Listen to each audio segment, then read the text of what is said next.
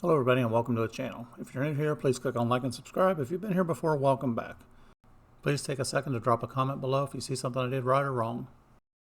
This video is on a WEN 4212T. We're going to be showing you how to set it up, align the drill bit, and align the lasers. First thing you need to do is get a drill bit that's about 3 inches long and insert that in the chuck. Now this is what the manufacturer recommends doing, so I'm going to follow the manufacturer's directions. I will be changing one thing in a little bit, but as of right now, just to align it, make sure we're straight up and down and our table's level, we're going to go with this. The next thing you want to do is make sure it's 1 inch off of the base.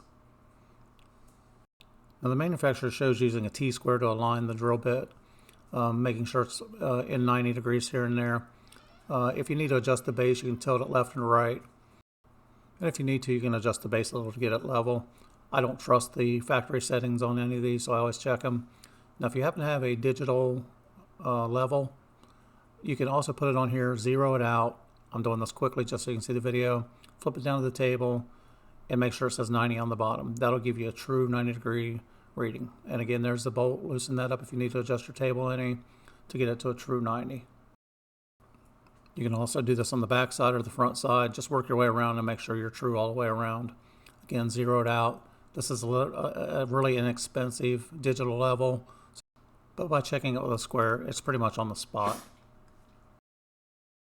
After we get the bit straight, we need to adjust the lasers. This is where it came from the factory. As you can see, it's way off. Now to adjust the laser, you need to loosen the set screw on the side. It loosens the brass holder for the laser. If you get it too loose, the laser moves really fast. It's hard to get aligned. So make sure you just keep it kind of snug where it still turns, but it turns freely. So again, don't take the set screw all the way out, just loosen it up where your laser turns back and forth. Now I did change my bit to a brand new, smaller bit, just so I can get more precise on the alignment of the laser. And basically you just want to loosen both those up, tweak them in to where they're touching the drill bit, not going past it. Once you get them there, lock them in place. Now as you're tightening those down, they do tend to walk a little bit on you, so you may have to make some other fine adjustments as you're going, but as you can see, the laser touches the drill bit on the back on both sides. Once you get it where you want it, again, lock it down, double check it, you should be good to go.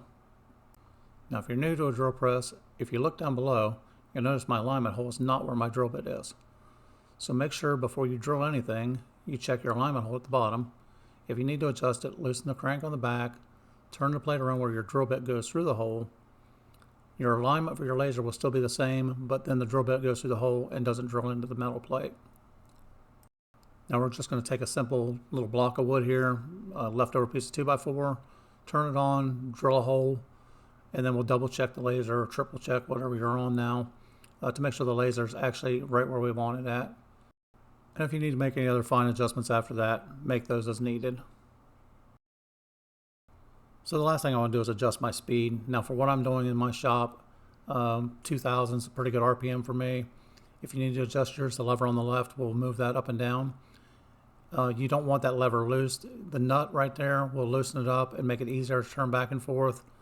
But for the most part, mine's going to sit in the same spot. So once I get it there, the nut's pretty tight. I'm just going to leave it right where I've got it at.